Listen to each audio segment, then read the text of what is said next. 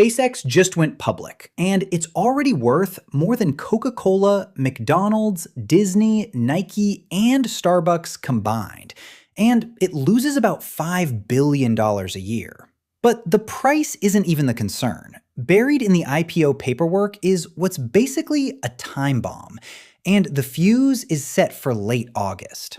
If you own an index fund, a 401k, an IRA, anything, you're standing right in the blast radius. In this video, I'm going to show you what this ticking time bomb is, how the fuse got lit, and what happens when it goes off in late August. Before we get anywhere near this time bomb, you need one piece of context: what SpaceX actually is. Because to understand why that bomb is so dangerous, you have to see what's under the hype and what this company is really worth. So what does SpaceX actually sell? Almost everyone says rockets, and almost everyone is wrong. SpaceX is really three companies wearing one name. The rockets are the famous one, launching satellites and astronauts for NASA. Impressive, sure, but last year they brought in about $4 billion. That's only a quarter of the business. The part that actually pays the bills is Starlink, those little internet dishes on people's roofs. Starlink did over $11 billion last year, and it's the only piece turning a real profit. Which means SpaceX isn't really a rocket company at all. It's an internet company that happens to launch rockets. And then there's the third piece, dragging down the other two, xAI, Elon's AI lab, burning something like $1 billion a month. Put it all together and you've got one brilliant business, carrying two that bleed cash, losing about $5 billion a year overall. Which raises the only question that matters: what is a company like that actually worth? Because the price they're charging is nothing like what you'd expect. Less than a year ago, SpaceX sold its own shares privately at around $400 billion. By the time it went public, that figure became $1.75 trillion, more than 4 times higher in about 11 months. So did the business get 4 times bigger in those 11 months? It didn't. Revenue grew maybe a third. The rockets didn't get 4 times better. What got 4 times more expensive was the story. Put it another way, at that price, you're paying about $94 for every single dollar of revenue the company brings in, for a company that loses money. Most solid, profitable businesses trade at a tiny fraction of that. Even Wall Street's own research shop, Morningstar, ran the numbers and put SpaceX's fair value at around $780 billion. It went public at more than double that.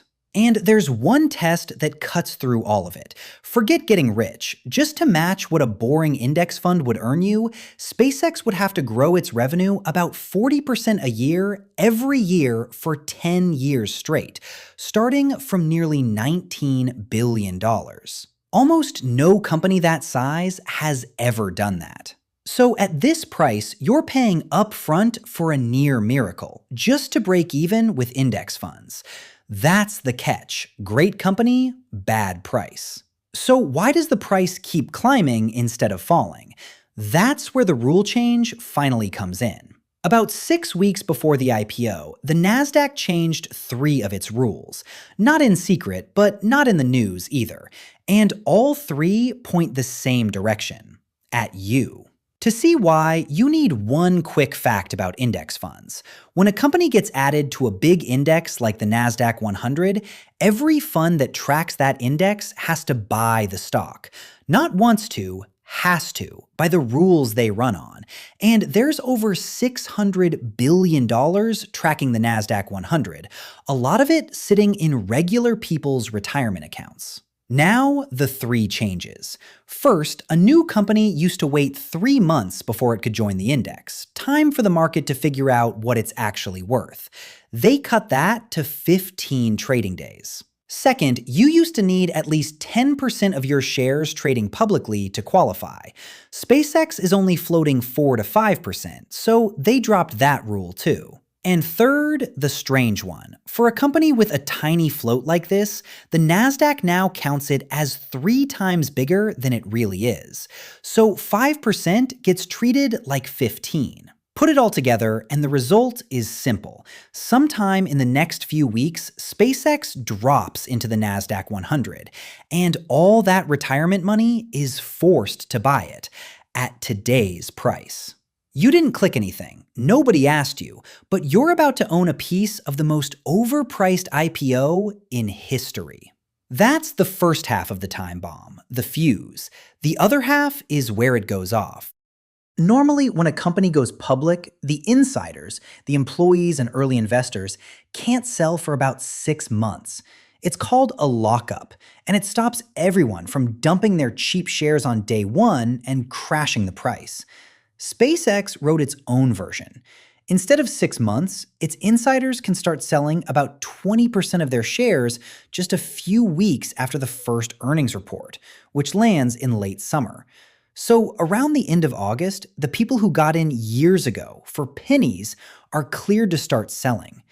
And be honest, if you'd held this stock for a decade, sitting on gains of thousands of percent, and you were suddenly allowed to cash out at the highest valuation in history, would you wait?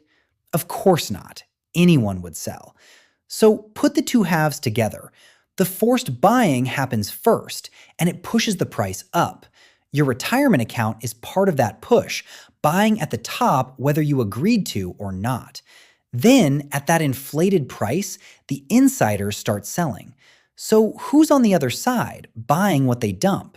Not the index funds. They've already bought their fixed slice, and they're tapped out. Not the professional investors. They can see it's overpriced.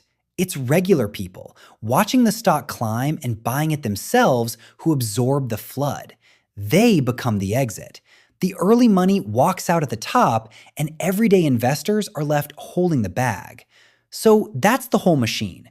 The buying forced in at the top, the selling released right after, and regular investors left holding the bag.